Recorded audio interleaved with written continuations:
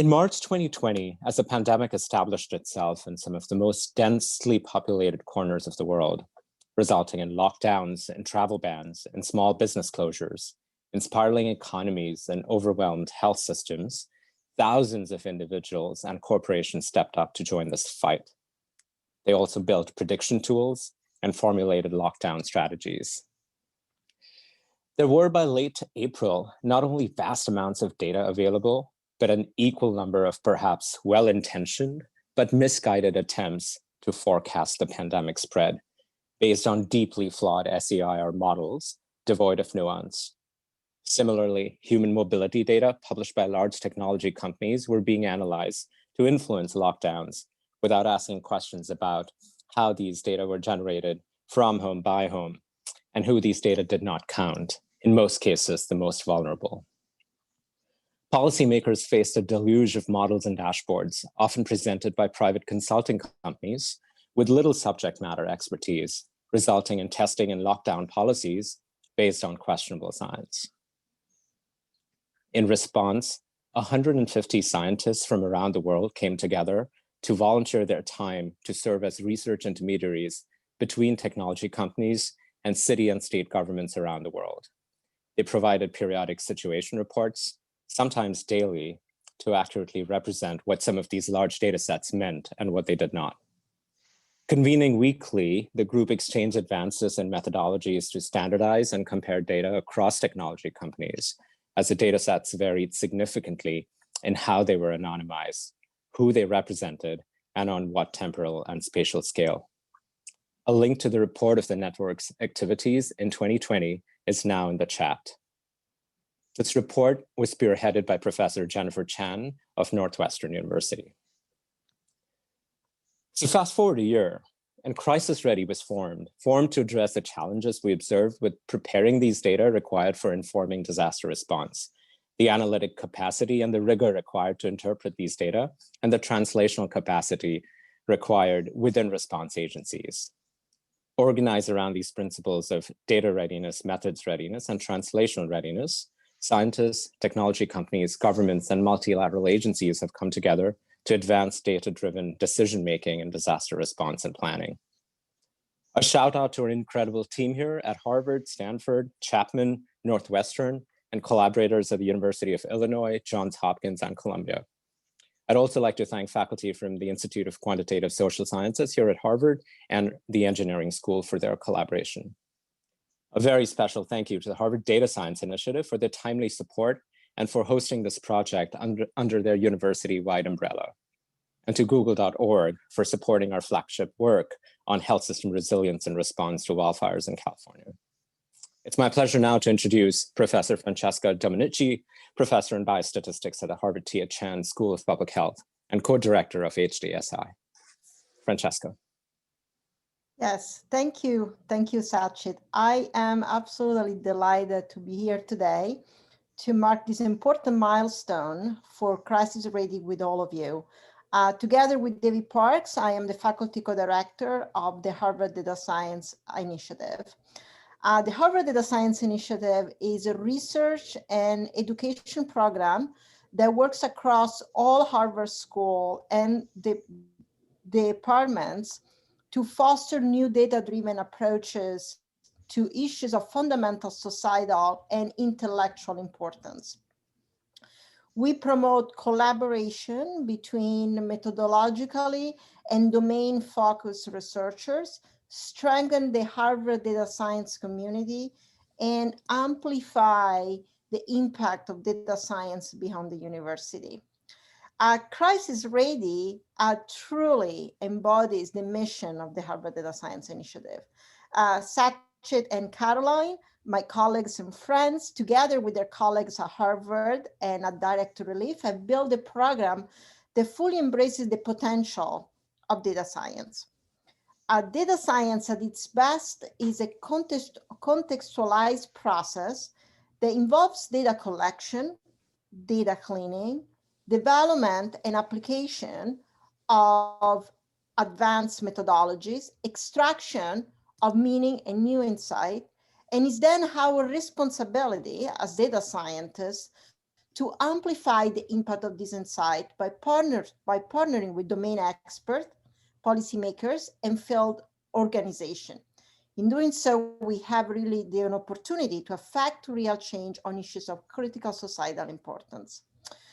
CrisisReady has exemplified this ambitious and holistic approach to data science since its inception, and we have been proud to support its work throughout our grant funding mechanism.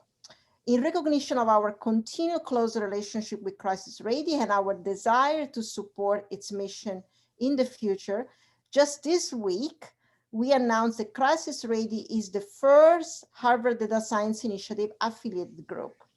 We are thrilled to have this more formal relationship with the group, and we look forward to its continued success. Now back to you, Sachin. Thank you very much, Francesca, and thank you for all your support. Joining us in conversation today are representatives from the WHO, from HHS, from the World Bank, and Google.org. In the next 80 minutes or so, we will examine key priorities for data methods and translational readiness identified by these agencies. Through these discussions, we will introduce you to crisis-ready activities related to these priorities. Some housekeeping. If you have questions during the panels, may I request you to type your questions in the chat window so that we can address them after the three panels. Moving over to our first panel now. It's my pleasure to introduce to you Professor Caroline Buckey, Associate Director of the Center for Communicable Diseases at Harvard T.H. Chan School of Public Health, our co-conspirator in everything crisis ready, and Bernardo Mariano, CIO and Director of Digital Health and Innovation at the WHO. Welcome, Caroline and Bernardo. Thank you, Sachin.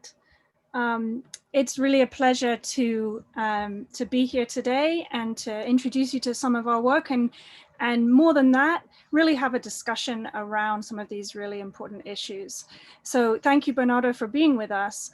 I'm an infectious disease epidemiologist, and for some time now, I would say over a decade, I've been working on how we use new digital data streams in our epidemiological modeling frameworks. And this is still a very nascent field. So there is a lot of analytical work to be done around who the data represents, how we aggregate it in ways that are ethical and privacy preserving. And then just as important, how we use that data meaningfully to inform policy. And I think huge strides have been made over the last decade, but COVID-19 really marks a watershed moment where suddenly the world became aware that these digital data streams have enormous power, and they have been used widely. And I think that there's no question that from now on, they will be considered to be part of the public health data streams that we use in surveillance and response.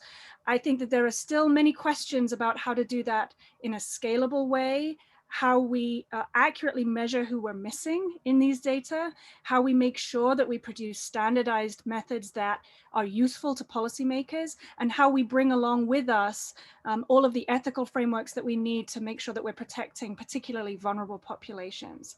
And so, Bernardo, my first question to you is, from your vantage point at the World Health Organization, you've had to deal with a lot this year, but specifically around digital data and these kinds of data sets being used for epidemiological surveillance and response. This is kind of a new world in the sense that just the sheer volume of information and the scale is different. I'd love to hear from you what your vision is for how the WHO thinks about the data streams and their application in policy and advocacy around the world. Thank you, Caroline, and happy to be here. Certainly the pandemic has highlighted some the challenges that we already knew before the pandemic, since the pandemic was declared in March last year, we realized that the systems we had, the capacity we have, the framework we have, and the governance of health data that we currently have fall very short from where it should be for us to really leverage on digital technologies to advance some of the health agendas, but also, most importantly, to do better at prevention, preparedness, and response of a pandemic. At WHO, we have since before the pandemic, we have a system called Epidemic Information from Open Systems, EIOS, which assesses 700,000 pieces of information, around 3,000 signals for emergencies, and every month we investigate somewhere around 300 events in the world. But that is still current or previous generation of health systems, and that is not really can actually be improved, but also can leverage on artificial intelligence, can leverage on multiple data sources to really create an accurate mechanism for us to detect early, but also respond adequately. Let alone, of course, the framework of where that allow us to have and validate some of the data from governments, understanding that we have multiple countries with a different maturity level on digital, and this different maturity means access to information is a challenge in some countries compared to the others, and from the WHO perspective, we, of course, being a member state organization, we want to make sure that we provide validated, curated, and accurate information from the governments, from the member states that we serve, and yet we want to ensure that we leave no one behind, as you said, where because this pandemic, it's not to address, to really manage and then navigate through the whole emergency situation, the pandemic. We need to ensure that no one is left behind, because one community that is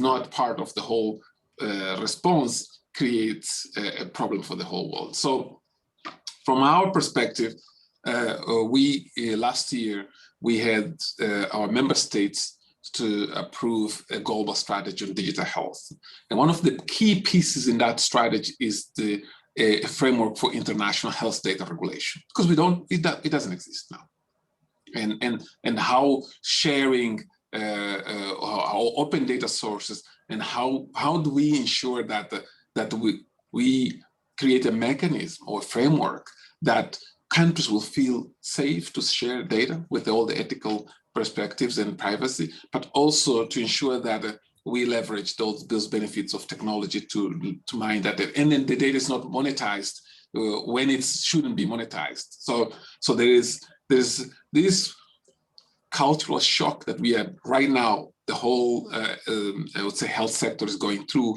where in one end, in health and life science, we donate, and the other hand, on the tech industry, they monetize on data. And how can we bring these two cultures in such a way that we deliver those very positive health outcomes that can be delivered with it? We can merge these two in such a way that we bring the power of science and health, life science, and then the power of technology to then create something that we all be proud of as we go through the next generations. Yeah, and I think this dichotomy between corporate data that is usually collected and generated for very different reasons than public health, and how we integrate that within a public health data framework is going to be a major challenge, as you say, and will require a regulatory framework. And I wonder whether you can say more about how science fits into that, because from my perspective, having worked with mobile phone, a lot of different kinds of mobile phone data in many different countries, and some of the work that we've done as part of CrisisReady to compare different data sets and think about very technical details like the spatial resolution of the data set, what kinds of biases might there be, how do we portray uncertainty? I wonder the extent to which the methods themselves must inform the regulation, because I think what I've seen anyway is that often there's this sense that more data is good, as detailed as possible. And that sometimes runs into ethical issues, which we're very used to thinking about in the context of health data, but maybe not for these new data streams. So I was wondering if you can say more about how the scientific and analytic progress on the methods might fit into these regulatory developments, because my sense is that the methods are still not worked out very well. This is still a nascent field, so we're juggling many of these things. And as you say, in a very heterogeneous way, depending on what country you're talking about and what kind of trust people have in the government and in corporations. And then there are international regulations as well. So where do you see these regulations fitting in that, within that lens of the relationship between science, society, and health? Sorry, that's a very complicated question. Indeed, it's, and I'm not so sure I have the answer to that. But one thing that you just said is a nascent area. Just to give you an idea, the UN Secretary General just established a new sets of position on data scientists. I mean, let alone the governments. I mean, how many governments in this world have a key resource in data science that allow them to really leverage on both of regulations to make sure that actually the regulation is the one that creates an incentive for innovation, but also creates an incentive for companies to invest, but also for governments to invest and reap all those benefits. Now, the fact that if you have a regulatory authority that does not have the knowledge and the capacity to create good regulations, of course, we will have a clash of bad regulations with the good data science and the technology that then we don't get those benefits. So from my perspective, I think we need to collaborate, and then I think Dr. Tedros likes to. Dr. Tedros, the Director General of WHO, always say we need the global collaboration and cooperation, because both from academia, private sector, governments, and international organizations, we need to bring the best out of each one of us to come out with the frameworks and regulations that work. Because if today a government in Africa comes up with a regulation on AI for health devices, of course that regulation might be counterproductive. It might actually kill any innovation that goes in that space. On the other hand, if a private sector company propose a regulation, most likely will benefit their own revenue stream. So how can we really find that equilibrium where the knowledge from government and regulators creates the right regulations to ensure that this transition, because the whole health sector is in this digital transition, where some of the rules of the physical space are not necessarily applicable in that digital ecosystem. So certainly the research that Harvard University and other universities are doing in this space needs to inform policymakers, and policymakers needs to acquire skill sets from the private sector to really make sure that then we have good regulations, we have systems that address the root cause, and also we learn and evolve in that transformation. The analogy I like to give in this space is the digital transformation of financial sector, which is highly regulated, not as highly regulated as health, but is regulated. And yet 10 years ago, all of us needed to go to a branch to perform a transaction. And today, all of us need to go to a hospital or clinic to get a prescription for painkiller, right? The strong painkiller, for instance. But the transformation that we saw in the financial sector can actually happen in the health sector, where the digital to digital entities interact and provide a solution, a health solution for that individual in such a way that we address some of, for instance, of the challenges that we had with the health system during the pandemic, where some of them collapsed, others were on the brink of collapse. Yeah. Just to follow up on that, you know, this issue of data literacy, data science literacy and capacity in government agencies and among policymakers seems very key. We had last year, we definitely, you need the whole pipeline, right? You can produce the best risk map, but if nobody's going to look at your risk map, it doesn't matter. What do you see as the WHO role for trying to encourage governments to build that capacity? And what do you think the incentives are, short of course, preparing for the next pandemic and managing this current one?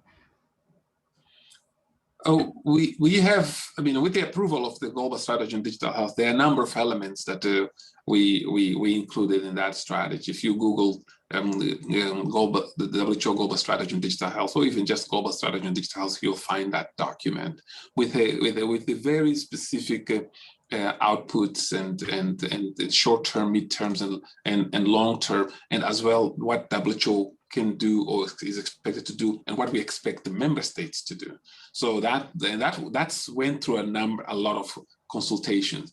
But I think, I mean, what we see, and that's where we all need to work together in a way that the maturity, the digital transformation in the healthcare sector requires us to assess the maturity of a country, and then create investments and prioritization that moves that maturity needle upwards in such a way that countries see benefits. Because today we have pilotype. I mean, maybe that's going to be another disease that we're going to put in the International Classification of Diseases. But that is where I see, I mean, countries embracing this transformation if there is a tangible benefit on disease burden of those countries that is to solve problems. If you talk about Caribbeans, diabetes is some countries have that as one of the disease burdens. So how can we address that through that transformation? But the fact that the member states approved this 5-year global strategy, it's a start point. But we are building an investment case, and we part of it is ensure that we monitor the maturity level of countries on digital health, to ensure that the benefits are monitored and the progress is realized. And if not, we learn from that, and then we keep improving in such a way that countries see the benefits immediately at national level. Yeah, absolutely. I think you know, these pipelines that we've kind of outlined, the sort of data, the methods, the translation, we're at very different stages, not just in different countries, but also for different applications of these methods, and how we actually do the privacy, the algorithms that protect data, and all of those things. So the science is still young, and that's also part of the maturing process, is trying to make sure that the science is keeping up with the requirements that we have for the use of this data.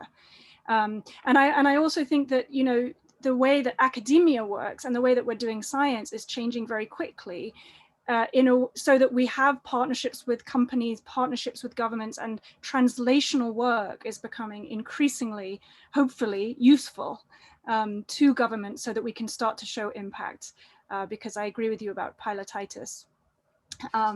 So I think that we're coming to the end of our time. I just would like to thank you very much, Bernardo, for your time. And I think the WHO's vision on this is exactly where it needs to be. And I hope that we can, you know, think about partnerships to promote the ethical use of data in different contexts. So I appreciate your time, and it's very nice to meet you. And I will pass back to Sachet. Thank you. Thank you. Thank you, Bernardo. Thank you, Caroline. For our next panel, I'm delighted to invite Laramie Kolf and Alex Diaz. Laramie is the director of disaster science at HHS. Alex is the head of crisis response and humanitarian aid at google.org. Welcome, guys. Hey there. Pleasure to be here.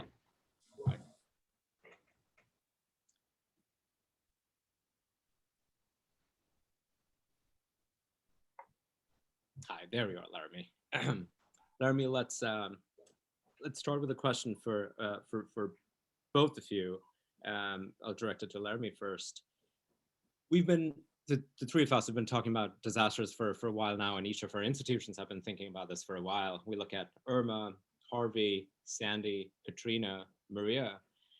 And the trend that we're seeing in these disasters is that the mortality and the morbidity is not because of only the direct impact in the immediate aftermath in the hours or days, but often from the indirect impacts of infrastructure disruption, power outages, evacuations, sometimes across jurisdictions and long distances. The morbidity and mortality associated with these indirect impacts has lasted for months. As an ER physician, when I think about how we prepared for disasters in New York or how we do here in Boston, we're still focused on mass casualty incidents. 100 people are going to show up to my hospital. How am I going to quickly triage them to the appropriate floors in the hospital or send some folks home? That's not what's happening.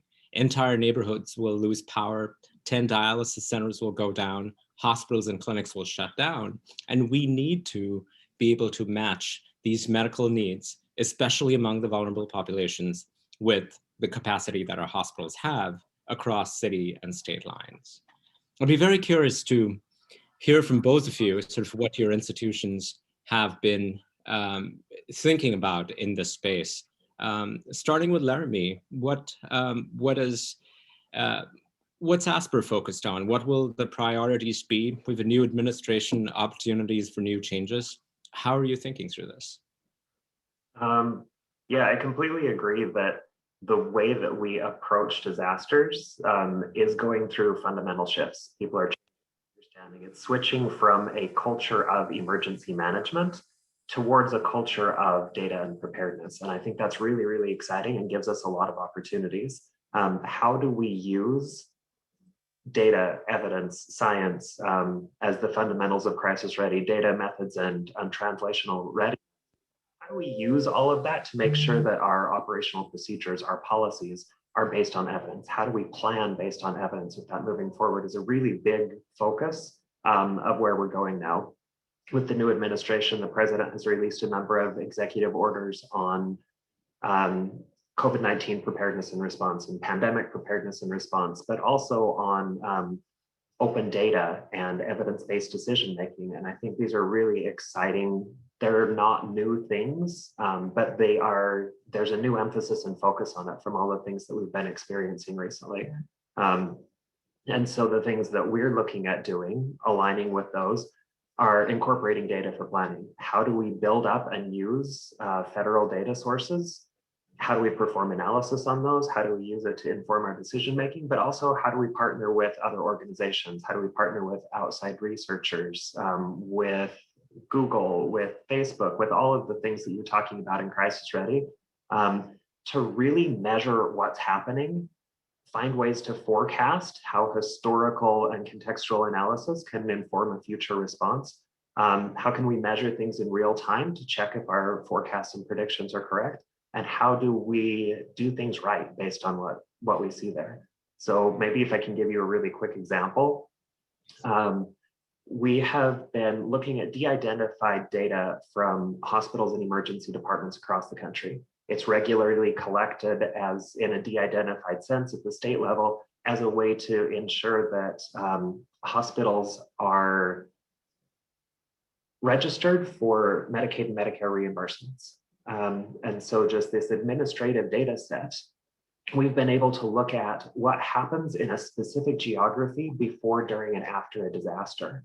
So we can look back historically and say, okay, we have your example of Hurricane Harvey. Hurricane Harvey is coming towards Texas. This is not the first time that Texas has seen a hurricane. And so we can look at the characteristics of that hurricane, see what's happened previously. Hurricane Ike was relatively close to what Harvey was predicted to be. So we could go back and look at the hospital and emergency department data before, during, and after Ike, see what the increases, what the trends were, what the specific diagnoses were, and then use that to project for a current baseline what's going to happen in Harvey. Then we can do the same thing, compare that to Irma in Florida and Florence in North and South Carolina, and see what the differences are. What's a universal disaster response for a hurricane and what is geographically specific? You talked about there not being necessarily as many trauma cases as other things. That's absolutely what we saw. The biggest surge in increases in Texas were related to asthma and maternal health. The biggest surges in Florida for Irma were related to geriatrics and pediatrics. In North and South Carolina, we actually saw decreases for the first month in ED visits and hospitalizations, with the exception of a couple of specific categories. Visits for pediatric endocrinology went up 700%. So that's obviously a small number of people, but in a specific geography, it says, here's a vulnerable population in the Carolinas that we need to be prepared for and assist. Now, none of those are trauma critical care cases. And actually none of them were surges within the first week. Really, the patient starts showing up after that first week. They're in the middle of the crisis at that time, they're only showing up for care later. And so we can not only know what we're going to see and how many we're going to see, but when we're going to see them. And so hospitals can start planning appropriately, and we can provide federal support when it's going to overwhelm hospitals. And it really becomes this much clearer, organized, planned response that's less, like you said, about triage to certain levels and more about how do we provide the best care to the most people and make sure that everyone is anticipated and taken care of. And that's pretty aspirational, but you asked for where we're trying to go and what we're trying to do. And for me, that's what we're trying to do. I'm trying to resist a pun with aspirational from Asper. I cannot agree with you more. You know, just in sort of clinical practice, it's been fascinating to see what has happened with COVID-19 as well. During that initial fear in February and March and April, when hospitals emptied out and people stopped coming, the kinds of populations that continued to show up at emergency departments really varied regionally and around the world as well. And then the patterns of who started coming back first, and then the impact that you're going to see of that delayed care-seeking behavior on various disease processes. You know, early data from the UK are showing that even missing a few chemotherapy cycles because of COVID-19 is likely to have, you know, significant impact on mortality. Yeah, the Alex, American. Sorry, go ahead. The American Cancer Society has done similar studies here. And I think one of their papers said that there was a 40% increase in cancer deaths following the first COVID surge as compared to normal. And they also did that for other types of disasters and identified cancer patients as a highly vulnerable population in disasters that, like you said, was delayed much long afterwards, presumably due to missing chemo treatments, not being able to get their standard medical care. Yeah, it's really great to be able to look at evidence from the UK, from various research groups, and use that to inform what we're doing. Right. And we're not doing this, right? In terms of health system preparedness or health system resilience, I think we're still focused on let's move the generators, you know, away from the ground floor to the third floor so we don't lose power. And I think this sense of ownership, you know, who is responsible for folks in the community? How do you ascribe responsibility? You know, who are my patients? In a city, in Boston, a patient may seek some care at Partners and some care at Beth Israel Deaconess. And who is then therefore responsible for mapping what those vulnerabilities are going to be? And that brings me to you, Alex, because some of these structural vulnerabilities that one wants to map does rely on large data sets that are dynamic, that are sometimes near real time, that evolve rapidly, but then that are also accessible and available. And we'd love to hear from you, just your thoughts, both at Google.org and Google around some of these products that the corporation has now been putting out for a couple of years for public good. Thank you, Sachin. For those that may not know, at Google.org, Google's philanthropy, which is where I work, we connect innovative nonprofits with Google's resources. That means funding and volunteers to address complex human challenges. We are a part of Google, and our company's mission is to organize the world's information and make it universally accessible and useful. And there's no more critical time to execute against this mission than in crisis settings. Google strives to be as helpful as possible by surfacing relevant information in our most visible surfaces, which is what you just alluded to, Sachin. Via our SOS alerts products across search and maps, we're surfacing information on hotlines and where people can get connected to the resources that they might need in these settings. And we're putting out new products and new technology to help in this vein. So we've done work in flood forecasting and in fire perimeters, where now we're putting on search and maps in real time where a boundary might be on a specific wildfire. Unfortunately, with the climate crisis worsening and the prospect of more widespread infectious disease outbreaks, more needs to be done to help the world be better prepared and respond to these more frequent and stronger disasters. Increasingly, I'd say more needs to be done in advance of the crisis. And that's one thing that I love about CrisisReady, to really mitigate loss of lives and livelihoods. In the crisis world, we often say the first time you meet shouldn't be on the battlefield. And data plays a huge role in this. Let's be clear. But it's not just data in a vacuum that'll help address these problems. As the first part of this panel kind of addressed, the understanding of what data exists and that are critical for relief operations needs to happen before a crisis has hit, and those data pipelines need to be connected so that when needed, it can be accessed without delay. And as we tragically know too well, time is of the essence during these crises. But one step further is what to do with the data. How will it be applied, by whom, towards what ends, what analyses are critical to inform where needs and pending needs are, and how do you allocate the resources accordingly to meet those needs. Today, many response agencies and healthcare systems are operating somewhat blind when it comes to anticipated demand surges in medical services after a crisis has hit. And, for example, as a wildfire rages, when, where, and how should one allocate resources to support vulnerable populations? And although we're surrounded by tons of data, they're often scattered, unorganized, and in silos. And I'm really, really excited about CrisisReady because it's a huge step forward in closing this information gap. We're excited about what the team is purporting to build, and an open source decision support tool for communities, response agencies, healthcare systems, to really start to optimize healthcare service capabilities with anticipated demand surges post-crisis. But it's important to note that this tool is not just helpful in improving situational awareness after a crisis has hit. It's also supremely helpful beforehand for risk modeling, for preparedness and resilience planning. And as you'll learn today, this tool is versatile and generalizable. It can be applied to other disasters such as hurricanes and floods in the US and elsewhere.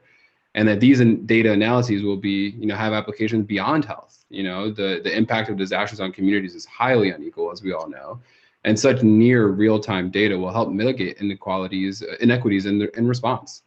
These data can inform things like allocation of shelters and food provision of transport services, more and more, all to say, there's a role for all of us to play. I remain hopeful that with collaboration, collective will, we can and will do better. And that's one large reason why we're behind this project. Alex, thank you. And thank you again to Google.org for your very generous support. Laramie, let's build on that a little bit. We've talked about these constant medical and public health needs that occur outside the hospital. And to underscore what we just said, a lot of preparedness is focused on hospital preparedness and not sort of on community preparedness. Is that something that HHS or ASPR will begin to consider? Sort of what will the strategies be, and what do you need? What do you need from the academic community? What are the missing data gaps? What information would you need from large technology companies to start working in that space outside medical facilities? Yeah, population health is really hard because populations are not uniform. The hospital problem is hard enough by itself, but at least it's a defined subset. That people showing up in emergency departments and going into hospitals, they are going to specific locations, they're at specific times, they're getting an electronic health records, there's hospital administrative billing claims data associated with it, and so it's an identifiable, boundable problem. As soon as you start looking at communities, it's all people in all places at all times in all things. And it's hard to even define what a vulnerable population is or what impact means. But I think it's really important because, as we talked about before, a lot of the problems that we're encountering aren't necessarily trauma surgery, as we heard in the WHO panel earlier. There are a lot of different aspects and people and parts, and we don't necessarily need to be at the hospital for all of them. We end up having people showing up at the emergency department because we didn't have interventions early on. And so if we can move towards identifying what the community, the population needs are, and target our interventions to earlier times, we can hopefully prevent that surge on the hospital and prevent the escalation to where things need. One example that we've been looking at for alternate data sets are medical shelters, as Alex mentioned, getting set up in disasters. There are so many orders of magnitude more people going into shelters immediately in disasters than are going to hospitals. About 10% of overnight shelter stays result in a medical encounter, and a lot of those end up getting transferred to the hospital because they need more critical care. If we can have the interventions there and prevent them from transferring to the hospital, or behavioral health interventions, substance use interventions earlier on, then we can prevent some of these surges and have much greater impacts on long-term health. What we would really love from the community is more information on what those are. Not necessarily, well, we'll take whatever we can get, but this is my population and this is how they're affected, like the cancer studies are fantastic, but being able to compare, these are all of the specific vulnerable populations and how they compare to each other so that we can prioritize where we can have the most impact with limited resources and where we can shift the curve from an intervention having a big effect in the patient outcome early on are really the areas that we would love to go. Looking at private doctors' offices, walk-up clinics, urgent care clinics, these type of things that don't have the standardized data collection that other places do. Also things like, there's been some really great work done with suicide prevention hotlines and food shelters, pantries, looking at the community as a whole, opioid treatment programs. They're wonderful health interventions, and we've made such progress in health that figuring out how we can apply these in disasters and come up with comparisons and uniform information, I think is a really, really interesting and fruitful area of collaboration that we can look at going into in the future. Thank you for that. It'll be really interesting to see sort of where this is driven from and what the incentives structures end up looking like. You know, who should do this? Do academics drive it? Does anyone care? Does, you know, do technology companies come in and charge a lot to do this? Do consultancy companies come in as they did during COVID? So interesting times, and especially with the conversations currently happening both at the federal level, but among various agencies as well, with the CDC and the NIH, and sort of the placement of where all this is going to sit, and how we even rethink pandemic response. I think there'll be significant ramifications on how we approach community resilience. You know, we've sort of had American faculty talk about community resilience around the world, but we've done such a poor job in our own backyards, you know, looking at the vulnerabilities here that needed to be addressed. Alex, for,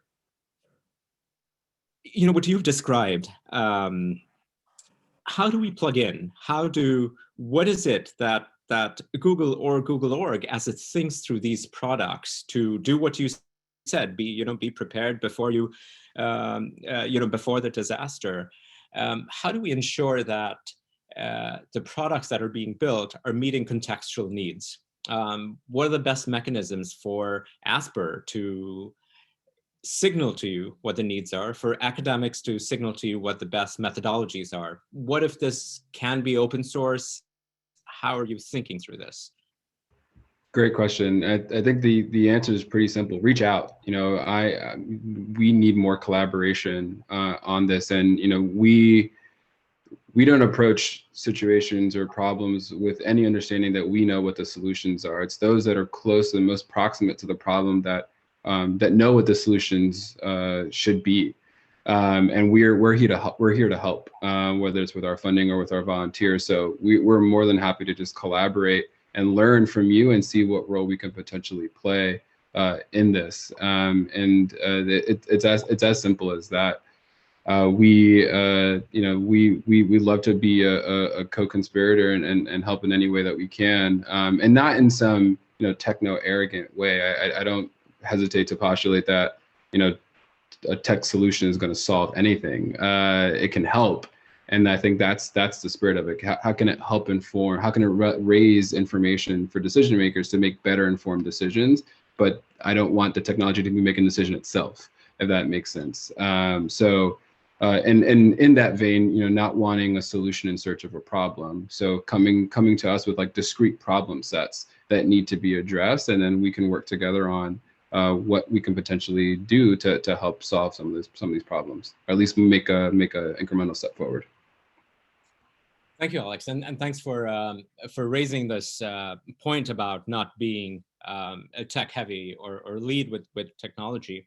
It is not only about sort of being technocentric, but this kind of liberal use of large data sets, the sorts that Laramie and you are talking about, raise significant challenges in privacy and security, and really important questions about data access and ownership as more and more technology companies step into this space. What does consent even mean when the data have been processed and reprocessed again? We do begin to sort of start looking into these issues. We'll raise them up in the next panel with Andrew Schroeder. We're building out a whole stream in CrisisReady to address both data protection issues as well as privacy issues, and sort of just rethink what this framework needs to look like. Some of these enterprises are very large and the data are already out, and so we have to think about both technology and regulatory solutions to get the data into the right hands. Going back to some of the things that Laramie said about data that response agencies would need, or my colleagues in the ER would need, are available. These vast data sets that you need about, where are my dialysis patients? Where are the patients on ventilators? How many are there? How many are going to show up to my hospital? Are available. Human mobility data is available. They're just available for a very high price, and it takes both time and resources to get access to these data, neither of which our first responders have.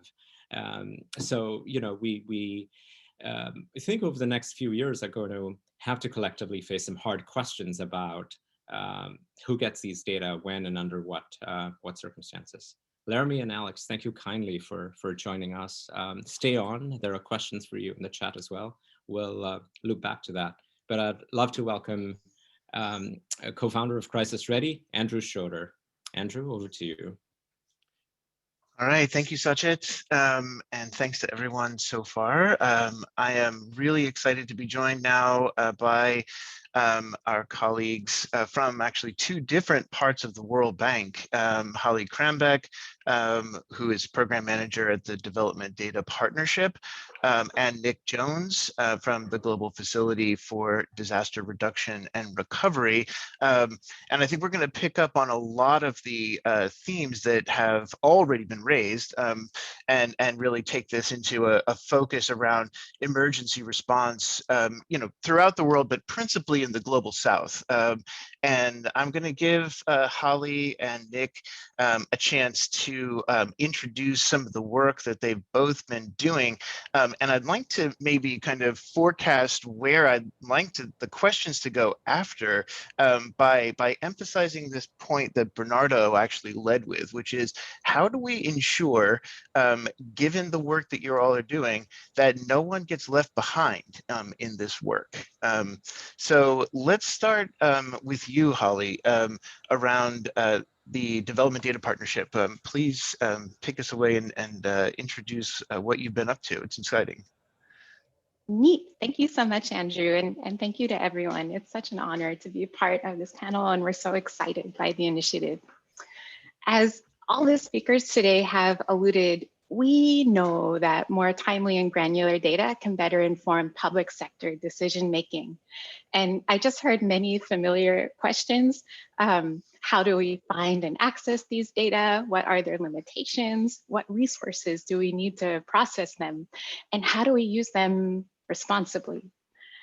As interest in leveraging private sector data increased at the World Bank, especially from our colleagues like Nick, who works in disaster risk management, we needed to be able to answer these questions, which resulted in the Development Data Partnership, where we have built a bridge between companies and international organizations seeking to learn how private sector data could solve development challenges.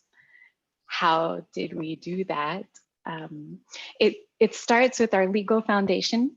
We've signed MOUs with the IMF, the Inter-American Development Bank, and most recently the OECD, through which our organizations have agreed to coordinate on partnerships and, importantly, to leverage a shared data license agreement. This standard agreement covers all of our staff, and it's a framework structure that doesn't require us to know exactly what we're going to do through the partnership. We can append it as we go. The upshot is when we work with Google or Facebook or LinkedIn, they only sign one agreement once for everybody for the future. So we can substantially reduce the traditional legal churn. I know that's not like super exciting, but it helped us get started. And the next piece was we needed to make it easier for companies to securely transfer data. When data partners share files, they don't want to send these data to every organization, which increases the cost and security risks. So we centralized the IT architecture and the data pipelines and manage access to these data. Our lead data engineer, Maxim Pechersky, he's the one who makes this magical thing happen. And you might wonder, this has been a huge issue, how do we match the data to the public sector use case like disasters or COVID response? We've set up an internal proposal management portal where staff can explore partner data sets and services, submit proposals for their use. And this has been very exciting because when we sign these agreements with data partners, we never know what all of the potential use cases will be, and this is where we see our staff's ingenuity. These proposals from IMF, IDB, World Bank are received by our data partners in one place for their review and approval, and in this way, our partners have control and say and agency and advice over how their data are used, and they can track these projects across multiple organizations at any given time. In short, through an efficient market structure, we can match the data to their public use case. And through this, the data partners learn whole new use cases for their data, informing future products, just as Alex was alluding to earlier. And importantly, governments learn new ways to inform their most important decisions. These are the tangible benefits on both sides. And then, of course, things are never so easy. We've had to embellish this basic foundation with our data desk led by Gabrielle Vicente, who provides technical assistance to our teams. And also we had to create a community of practice within the World Bank to bridge our domain experts, our transport specialists, health specialists with the data engineering, data science, app development talent they need to realize their idea. So these were the challenges we faced in unlocking private sector data for public good and how we have been solving them. We have done a lot with more than 140 projects under our belts, and yet we feel like we're just getting started. We look forward to chances to work with all of you on this most important set of development challenges. So thank you. Terrific, thank you, Holly. And I think it really speaks well of the linkage to what we've been kind of emphasizing throughout around the need for, a combined approach to data readiness, methods readiness, and translational readiness. You can't leave any piece of this out. The agreements, may not sound like the sexiest part, but everything else is facilitated by that. Similarly with pipelines, scientific research, and then what I'm going to come back around to later, which is around these translational networks that need to be founded both on effectiveness, but equity, and a premise around building the capacity globally to be able to work with this. So thank you very much. Nick, you have been doing a lot of work and have been, a fellow traveler with CMDN throughout, I think, around how to do this kind of work methodologically, some of the use cases, particularly in emergency management. Can you go through with us really quickly how you're approaching some of these issues in terms of operations? Absolutely. Thanks so much, Andrew, and congratulations to you, Caroline and Sachi, for the drive and tenacity that you guys have shown in getting Crisis Ready to this point, and in really convening people around this platform.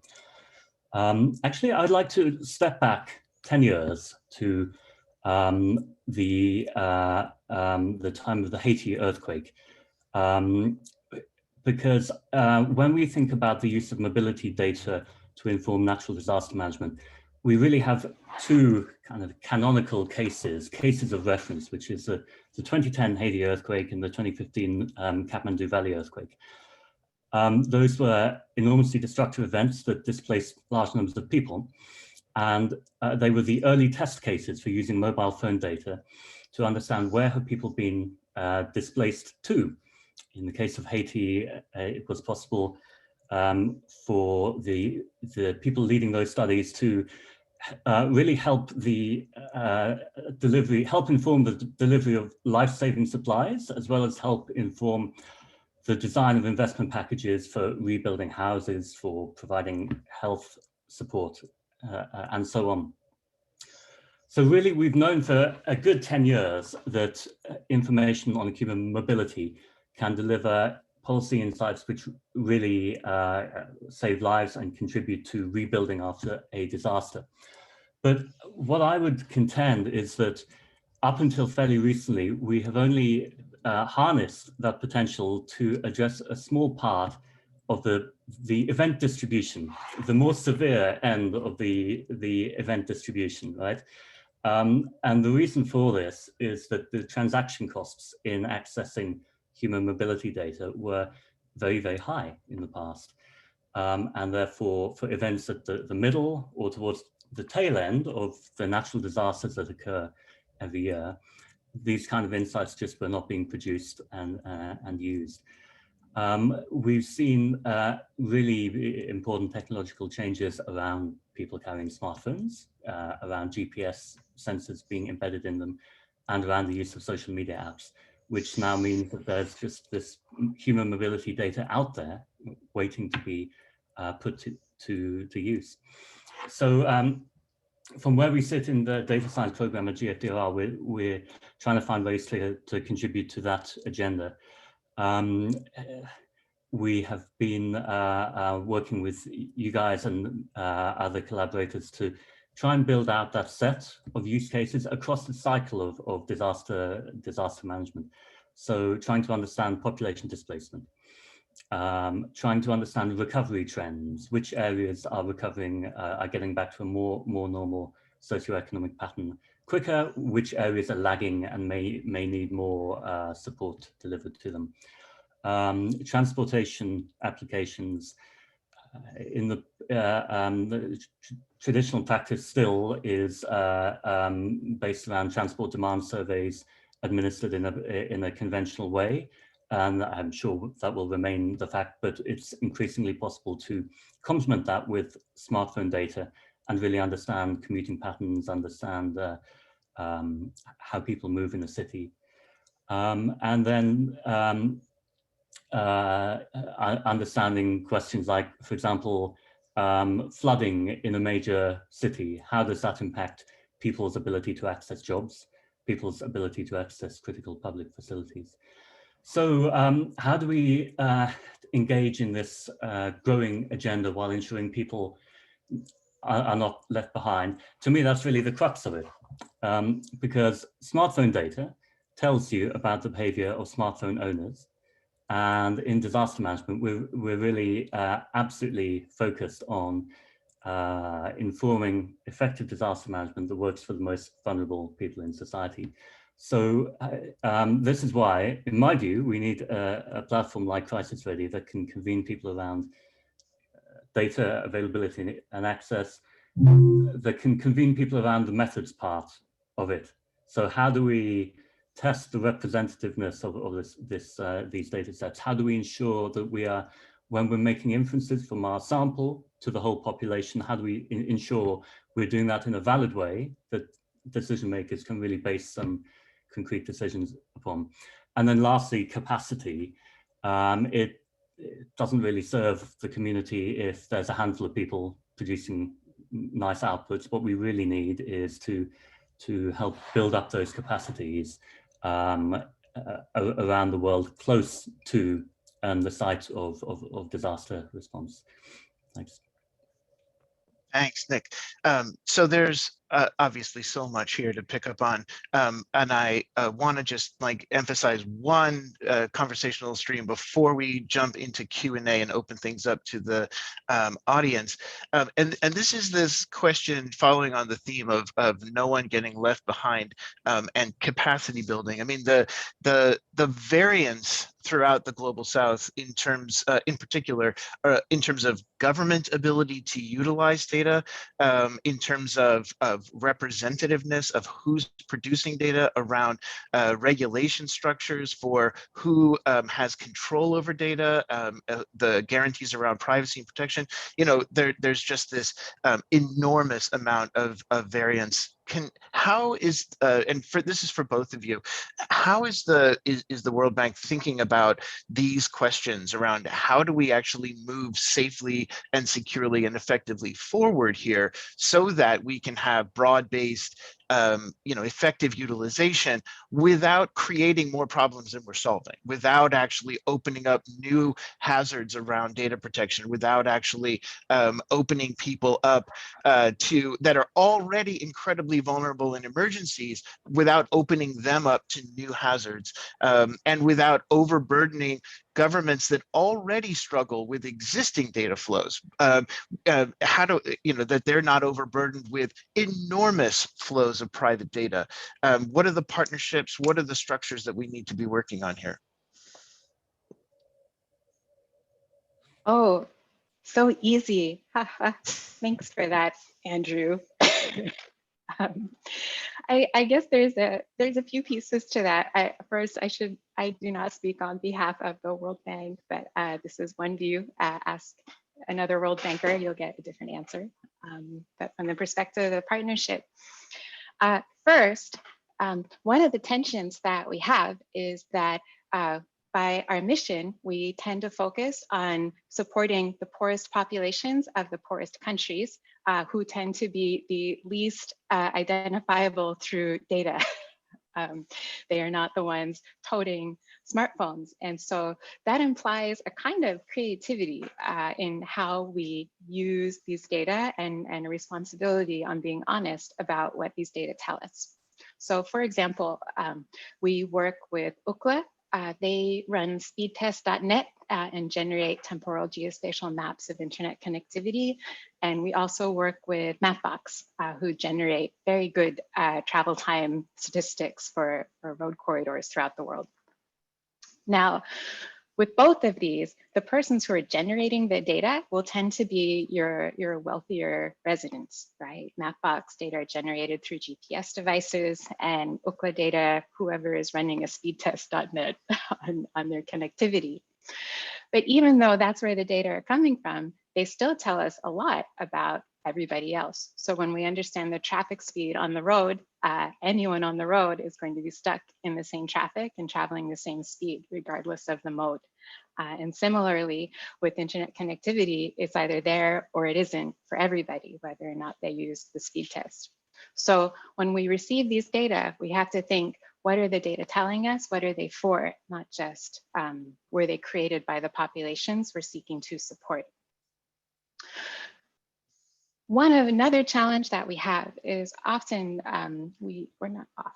every now and then, we're approached by a government partner that would like to join the partnership to leverage these license agreements. And at present, we are not open for business for governments, largely because of the enormous challenges in securely receiving, managing, access to, processing, responsibly using data. Because what we've learned in putting this initiative together, there's legal, procurement, security, privacy, responsibility, technical capacity constraints. And our project for this year is to document very well how we do it and use that as a basis to train other governments to set up their own data partnership style organizational structures so they can do something similar. As a stopgap, what we do now is we experiment with these data, we combine them, we see, are the insights meaningful? Is it cost effective to generate them? And then if it works, we train our government on how to replicate the analytics, and then the governments can sign their own license agreements with our partner companies and go from there. I hope that. Yes, no, it's to chip away at the big question. I don't expect you to answer the whole question. More to keep it in mind. But Nick, do you want to take a quick crack at the same thing, and then we'll go to Q&A? Yeah, very quick addition to that. So I would say there's a technical part to it, and there's a partnerships part to it. On the technical side, I mean, we're very concerned with building out some of the methods required to use this data in a robust way and test representativeness and so forth. We also, I think, collectively need to be working on the basis of approaches like differential privacy algorithms. And I know there's some important work around open sourcing differential privacy algorithms. So that, I mean, in short, that is around taking a highly sensitive data set like a human mobility data set, and various options such as adding random noise to adding random noise or blanking out locations that correspond with addresses or sensitive points of interest. I think collectively building up our understanding of how to do that is important, and our understanding of the trade-offs involved. Because you can basically, if you press really hard on the privacy, on the DP, some of these levers, then that comes at the trade-off that the analyst can extract fewer insights from it. So it's really kind of hitting that sweet spot where collectively we can work with these data sets. We can achieve, firstly, we can achieve our privacy objectives, but wherever possible, we achieve our privacy objectives while maximizing the set of insights that you can extract from them. And then on the partnership side, I would just really underscore that getting the partnership frameworks and governance structures in place is absolutely instrumental for the kind of outcomes that we're looking for. And in the World Bank context, it's what Holly has been outlining. I think it's a program that's shown enormous success. I would say that as a user, as an internal customer of this program. In a broader context, it's really interesting to learn about the successful experiences of individual governments. I would highlight Belgium. Belgium has had a very good governance structure around its COVID response, which has been, as I would call it, it's a tripartite structure of you bring the private sector to the table. As a data provider, you bring selected trusted academics to the table, and you bring the government departments as essentially commissioners and customers driving what the analytics needs are. So I think these kind of data collaborative structures are going to be increasingly instrumental for harnessing this kind of data for public good. Terrific. Thank you very much. Since you mentioned the differential privacy, particularly open sourcing differential privacy, this is one of the real points of emphasis for the CrisisReady platform and partnerships going forward through the Harvard Data Science Initiative to make sure that there's extensive research going on into the methodologies for differential privacy, applying across different data sets addressing the mosaic effects as we integrate data sets. As you mentioned, more and more data can be linked. And even if we have privacy protections in place on one data set, does that assure that as we mosaic data sets that we're not actually going to undo the privacy protections that are put in place around any given one? So I think this is going to be, as you mentioned, it's a technical field. It doesn't address a lot of these kind of utilization, institutional questions, et cetera, which all have to be dealt with. But I think it's going to be a key area of work going forward. I want to switch over now to our Q&A and bring all of the panelists back, except our colleague Carolyn, who had to jump, and open up to a question actually from our colleague Naveen Vembar from Canberra Systems, and it's a nice transition from the open differential privacy question, given that Naveen actually has been spearheading a lot of this work for us. Naveen, did you want to ask the first question here? Absolutely, thank you very much. And this is a fantastic panel, and I see this thread that's been kind of pulled throughout all these conversations, right, is that so much of this stuff is new, and there's these very complex techniques like differential privacy, like thresholding, like these deep detailed data science techniques that need to be accounted for when we talk about the regulatory frameworks as well as the technical frameworks for actually using this data. So I would love to understand if any of you have seen good but non-prescriptive descriptions of privacy that we can borrow from for the health context and the disaster context for maybe other fields, right? Because as soon as you start saying you must use differential privacy and it must look like this in a regulation, it almost certainly is going to be overtaken by the speed of innovation and by the speed of scientific change. So are there examples that we should be pulling from to align our ethical and regulatory frameworks here? Who wants to take that one? Holly? I can't answer that, but I have something that might be helpful to contribute. The way we look at privacy is on two sides. The World Bank has a pretty strict data privacy policy that dictates what comes in. What are we allowed to see and use and analyze for our projects? And it's very similar to GDPR, and there's a lot of pieces in place. But we don't have a really solid policy on what goes out.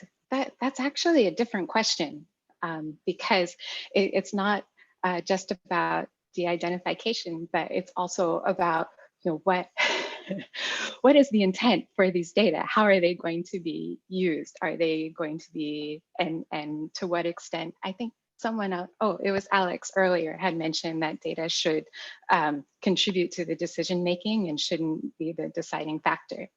And so we looked around to copy someone else's responsible data use policy to inform what goes out, and we didn't find anything that we could use. We found incredible principles, really well thought out plans, but when it comes down to a large organization with a lot of staff, what they need are like checklists by role. So for the project manager, the team data scientist, the IT staff that facilitated the compute resources, the legal counsel, what exactly do they need to do to ensure they're in compliance with the responsible data use policy, and what resources are available to them to do that? And we found that that's the level of granularity that's needed. So it's not, so to your question about a government regulation, it's not exactly applicable, but we found in practice, if we want to be very serious about doing the right thing, it's two sets of policies about what comes in the first place, and then how we evaluate what comes out. Holly, I really liked how granular you got with some of that, because sometimes, responses to these questions, we're still at the 30,000 foot, and we talk about, is this going to be regulatory? And you brought about this checklist and saying, look, these different officers, what are they doing? And I think those of us in health and public health really understand this, because as data and dashboards become more and more available, there's a lot of excitement up and down the administrative chain about these data. I mean, we have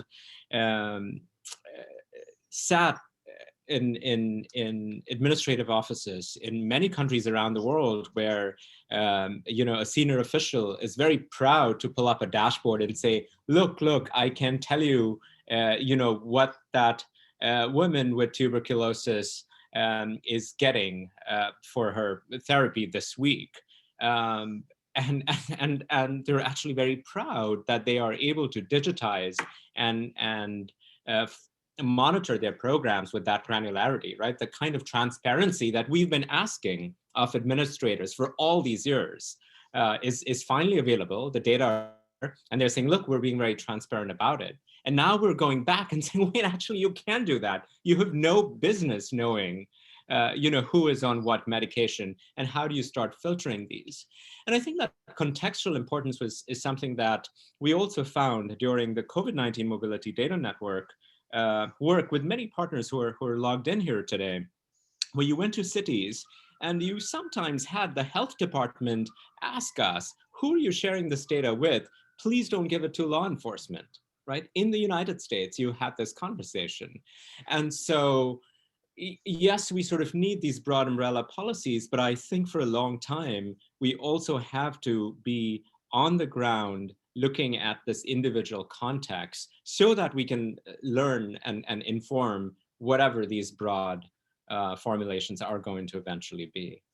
We're probably a time and distance away from that. Andrew, back to you. Yeah, Laramie, I noticed you came off mute really quick. I wanted to make sure I got you if you were trying to jump in on that conversation. Yeah, I'll be very brief. I think an important consideration along with this is the definition can change in a disaster and a crisis situation. I'm not a lawyer, I'm not giving you a legal perspective or a federal government, this is the way it is, but having read a lot of the laws and looking at interpretations, there are waivers in disaster and crisis situations to facilitate rapid care of patients in disaster crisis situations that change what the definition of privacy is. And I think that's partly why it's so complicated to come up with a definition, is putting the focus first on patient care means that definition has to adapt to the situations so that it's not causing harm to patients. So if I could give you a recommendation of how to think about this and coming up with a definition, it's to keep that in mind, and that our first focus should always be on making sure that people are safe and healthy. Absolutely. No, I think that's a really important recommendation around the standard that needs to be applied here, which is a very high one, I think. I want to bring in Dr. Jennifer Chan, our colleague from Northwestern, to ask the next question and take us in a new direction. Thanks. Thank you, Andrew. It's just a pleasure to meet all of you, and thank you everybody for attending. I was left with these thoughts from all the panelists in this recent discussion, and I'm going to segue from Sachin. So much that is ringing to me about these conversations is culture and context. Talk a lot about data and systems, but what I would like to do is frame sort of how these are connected, and then pose the question that I'm posing right now again to the group. What investments and advocacy do you think is necessary to help with culture change that is context aware? So for example, Bernardo brought together an idea and a framing around two cultures, trying to meet the goals of the international health data regulation he spoke about. And in the second panel, there were some great discussions from Larry about this cultural sea change that is happening from mass disaster response frameworks to something that's holistic, it's wide, it's deep, it's about the elderly, it's about pediatric endocrinology, it's about thinking early about shelter and how that relates to health as well. Some very practical stories that is very practitioner focused from Sachin about how to think about that, but wanting to frame about what are those investments from a context and a cultural standpoint that we could think about and advocate for. And from the third panel with Holly and Nick, there's some really forward-thinking efforts on agreements and very practical examples from Nick about differential privacy, and very practical notes about checklists that we just talked about. That, how do these relate to culture and context? And then I'll pose the question again to the group. Can you share some more detailed insights about what you think the investments and the advocacy should be going forward to help with this really wide, deep sea of culture change that we're all talking about, but really, in order to, what Bernardo said, not leave the most vulnerable behind, be context aware. So open to your thoughts on that.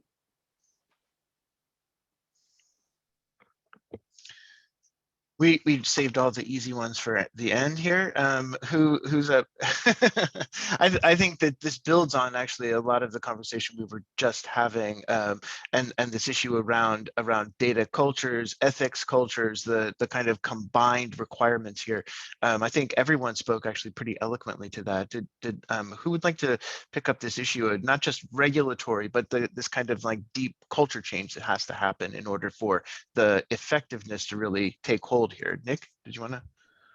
So I have a very brief response, which is just to highlight two principles, which I think have been applied a lot in the past 10 years, but really need to be applied in this new context as well.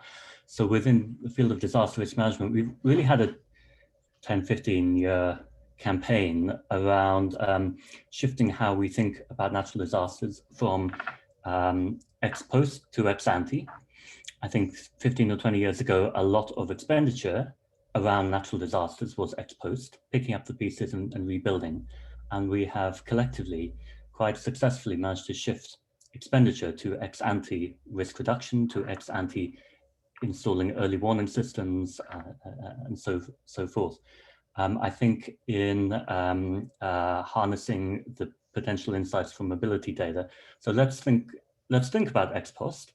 How do we know where people were displaced to and so forth? But let's also really build out those use cases to help, because human mobility matters across all of these phases of a response. So let's build out a focus on how we inform really good ex ante measures to reduce the eventual impact of natural disasters. And secondly, the principle is just open source.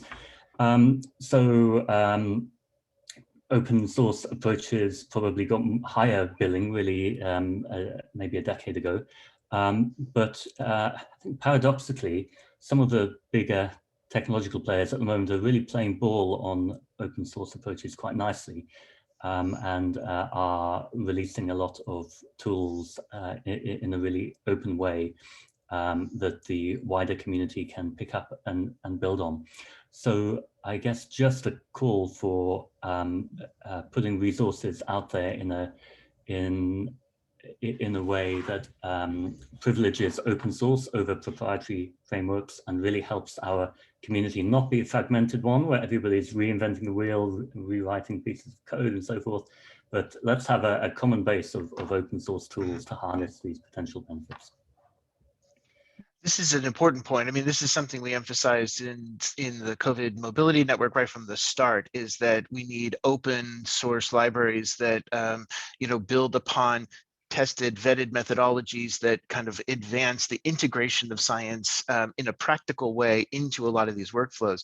And I'd like to just quickly build on one of these, an aspect of this culture question that I think applies to sort of everyone here, and that's questions around cultures of accountability, which is, I think, a little bit different from just a question of like ethics in the first place. How do we assure, as we go forward here, as the sort of agendas get developed out, that we have effective accountability standards in place for the use cases that we've described here? I mean, that's to Alex at Google. How do you guys think about it? To to HHS, kind of across the board, including the academic community. We need to hold ourselves accountable as we move forward. How do we do this?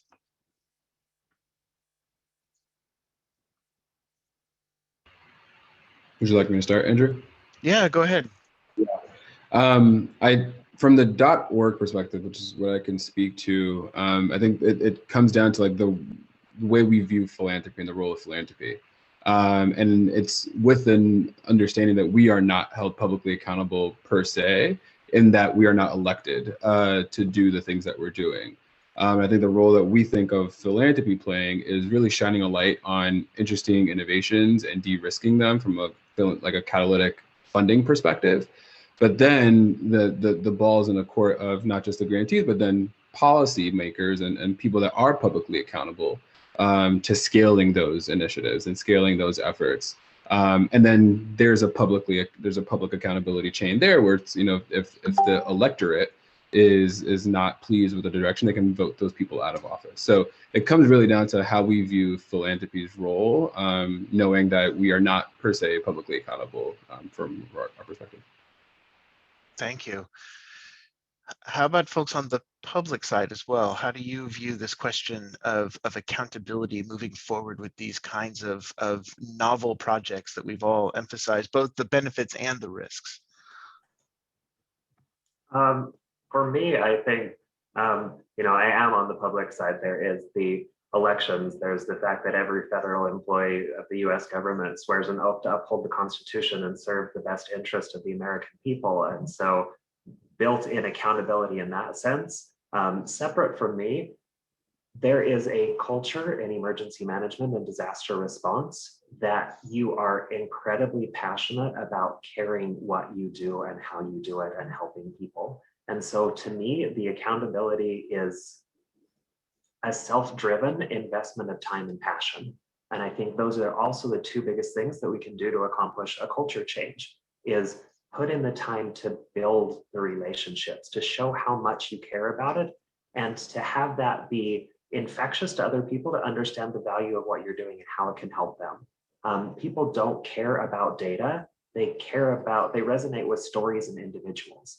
But if it's just an anecdote, it doesn't mean anything for that culture change. It's how do we take the data, actually have smart decisions, and then represent them to people who need that information and they need those decisions in ways that resonate with them.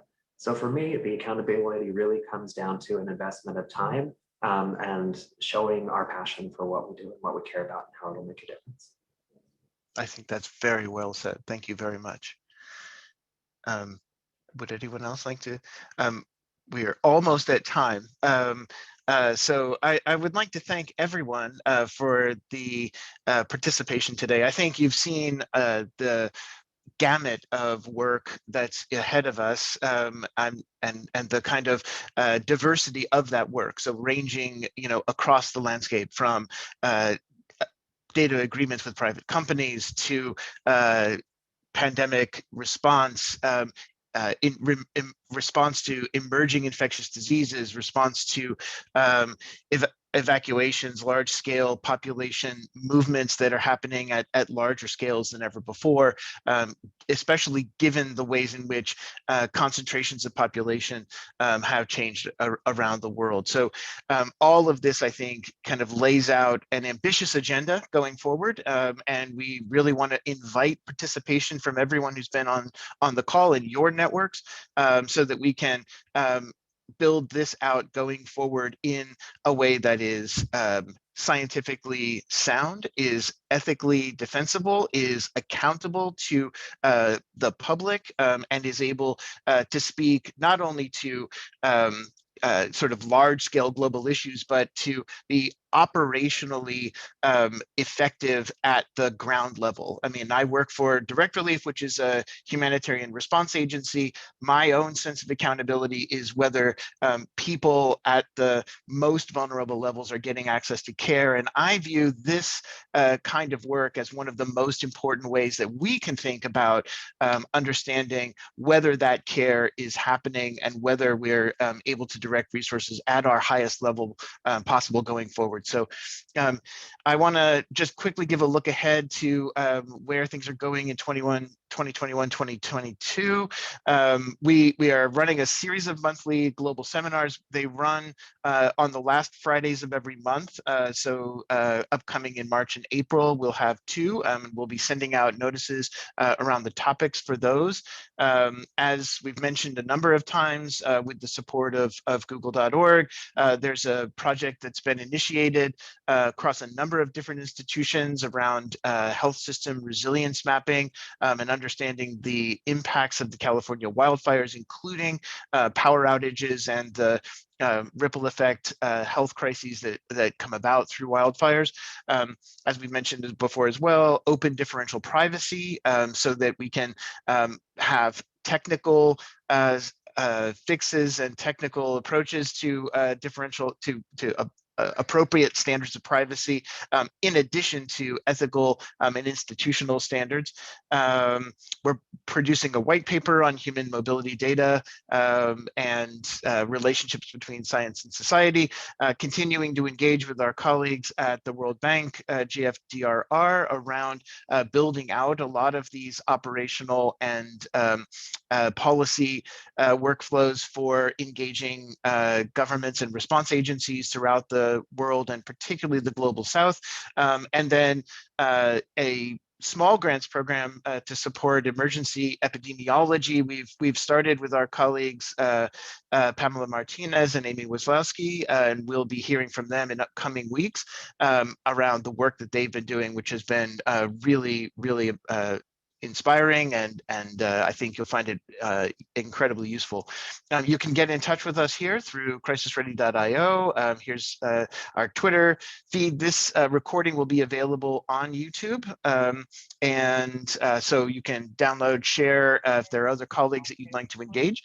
And I think that I will hand it back to Sachit really quick if you have any parting words of wisdom for us. No, you were supposed to say something profound. That's what the script said. Well, you know. Thank you, everyone. We look forward. Thank you, everyone. Thanks a lot.